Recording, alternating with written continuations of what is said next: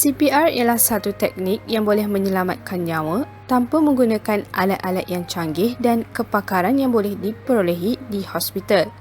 Anda dengan menggunakan tangan, mulut dan fikiran yang logik boleh melakukan teknik ini. Bila CPR boleh dilakukan? CPR boleh dilakukan apabila seseorang itu telah: pertama, tidak sadarkan diri; kedua, tidak bernafas; ketiga, tiada denyutan nadi di karotid. CPR merangkumi penilaian dan bantuan asas yang melibatkan: pertama, bukaan salur pernafasan; kedua, bantuan pernafasan; ketiga, bantuan peredaran darah melalui tekanan dada; dan yang keempat, pengurusan mangsa tercekik oleh benda asing. CPR adalah untuk istilah bayi digunakan untuk umur kurang dari 1 tahun, kanak-kanak adalah untuk umur lebih dari 1 tahun sehingga 12 tahun, iaitu remaja atau setelah akhir balik. Istilah dewasa digunakan untuk umur 12 tahun ke atas. CPR kepada kanak-kanak. Kebanyakan kejadian jantung terhenti mengejut di kalangan kanak-kanak disebabkan oleh masalah pernafasan berbanding dengan masalah jantung. Pernafasan merupakan komponen yang penting dalam melakukan CPR kepada kanak-kanak. Jika anda tidak boleh atau tidak mahu memberikan bantuan pernafasan, anda digalakkan untuk memulakan CPR dengan menekan dada sahaja atau hands-only CPR. Ini adalah kerana keadaan kanak-kanak tersebut akan lebih teruk jika tidak diberi sebarang bantuan.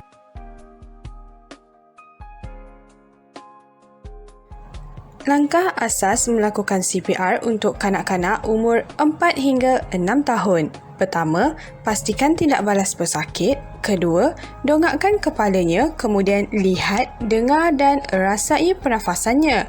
Jika tidak bernafas, beri bantuan pernafasan sebanyak 2 hembusan. Ketiga, jika tiada tanda-tanda pesakit mula bernafas, batuk atau bergerak, mulakan tekanan di dada sedalam 1/1/2 hingga 2 inci sebanyak 30 kali di antara 2 puting dadanya. Keempat, tekan pada kadar 100 kali seminit, dan yang terakhir, teruskan dengan 2 hembusan pernafasan dan 30 kali tekanan di dada sehingga bantuan tiba. Langkah-langkah CPR bagi kanak-kanak. Pertama, danger, iaitu bahaya. Keadaan sekeliling perlulah selamat. Pastikan diri anda dalam keadaan selamat, terutamanya jika mangsa di tempat yang bahaya. Bawa mangsa ke tempat yang selamat. Kedua, response, iaitu tindak balas.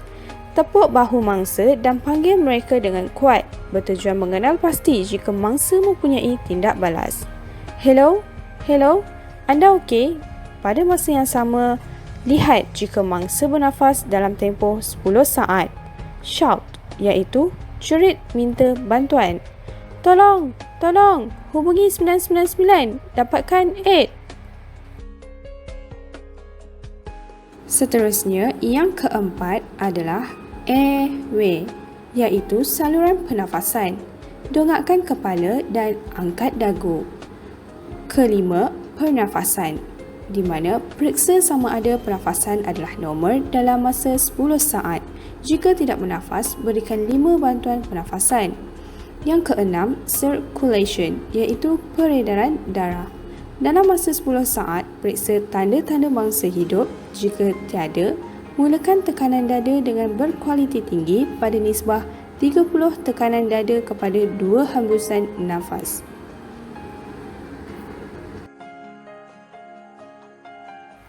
Yang terakhir adalah defibrilasi. Pasang pad aid pada dada mangsa, ikut arahan aid. CPR untuk kanak-kanak adalah sama seperti melakukan CPR bagi orang dewasa. 3 perbezaan dalam langkah melakukannya. Pertama, jika hanya anda berdua dengan kanak-kanak tersebut, lakukan CPR terlebih dahulu selama 2 minit sebelum menghubungi ambulans. Kedua, gunakan tumit salah satu tapak tangan untuk melakukan tekanan di dadanya. Ketiga, berikan tekanan sedalam 1 hingga 1/1/2 inci.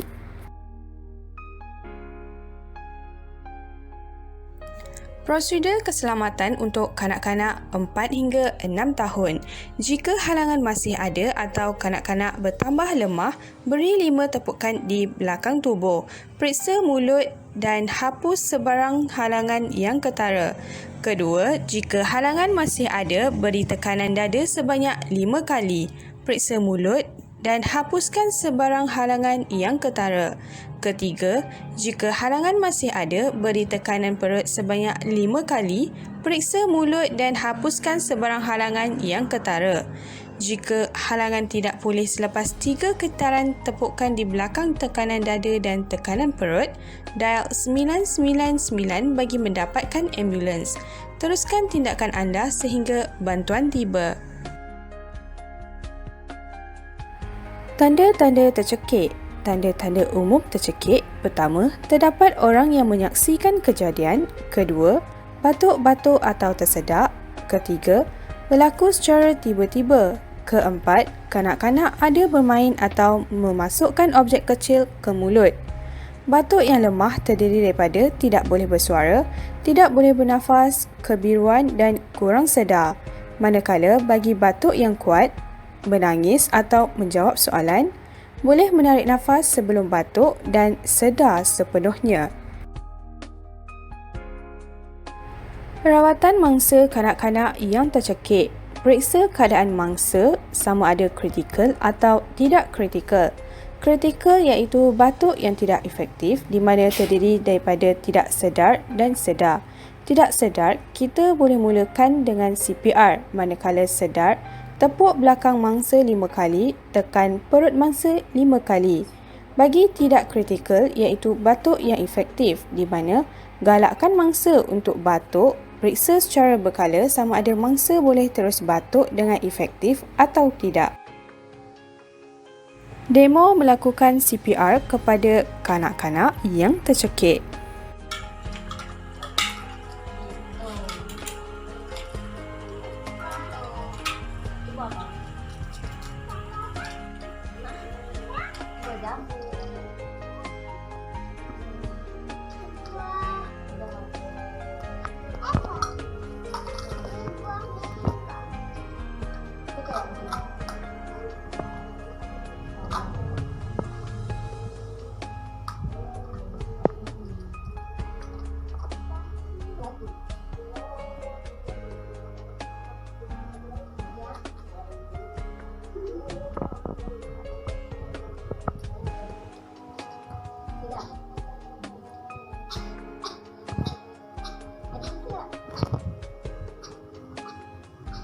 Hai, Assalamualaikum. Nama saya Fida. Nama saya Aisyah.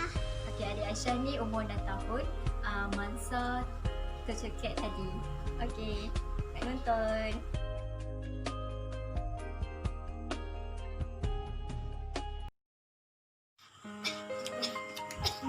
Mula sekali jika dia tersedak, yang pertama adalah batuk.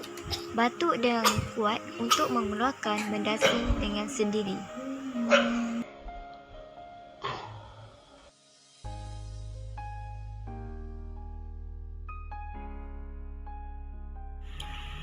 Yang kedua adalah 5 kali back blow. Berikan hentakan dari belakang sebanyak 5 kali.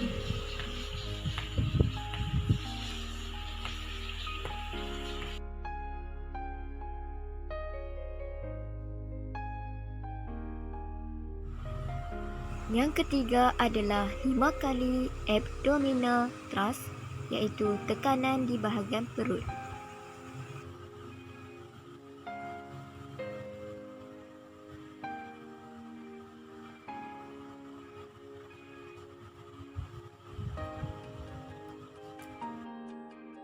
Langkah yang keempat, ulang kaedah 2 dan 3 hingga bendasing keluar.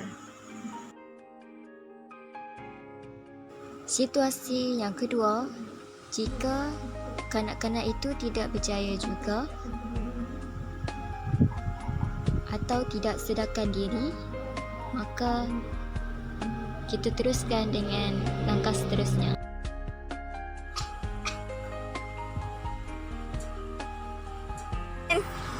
Beri Macam mana ni adik pingsan? Weh, kau ambulan. Kan?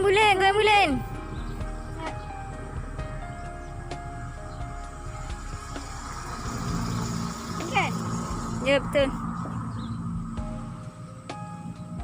Hello, Assalamualaikum. Saya Nashabri Najah dari Pematang Kuang. Kami ada kecemasan.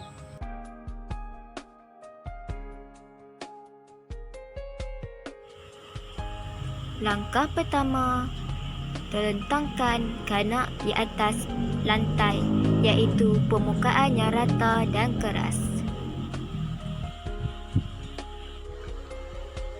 Langkah kedua, lihat sama ada kanak itu bernafas.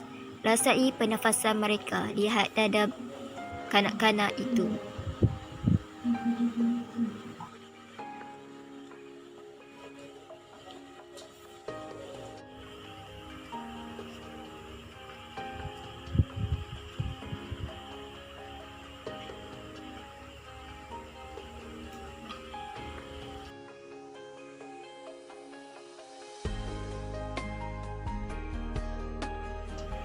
Yang kelima adalah tekanan dada, iaitu CPR setengah dada, iaitu sebanyak 15 kali sehingga kanak-kanak itu terjaga.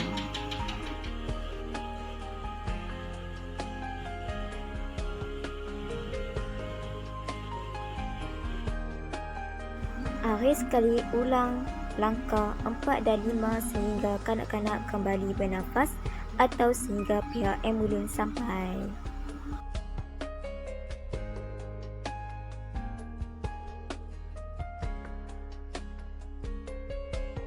Kesimpulannya, diharap penonton mendapat sedikit ilmu daripada demo CPR ini. Perkara ini sangat penting seperti apa yang anda lihat. CPR untuk kanak-kanak adalah mudah, namun impaknya kepada kanak-kanak yang tidak bernafas sangat besar. Ia dapat mengelakkan kecacatan otak dan menghindari kematian. Terima kasih kerana menonton. Semoga bermanfaat untuk anda semua.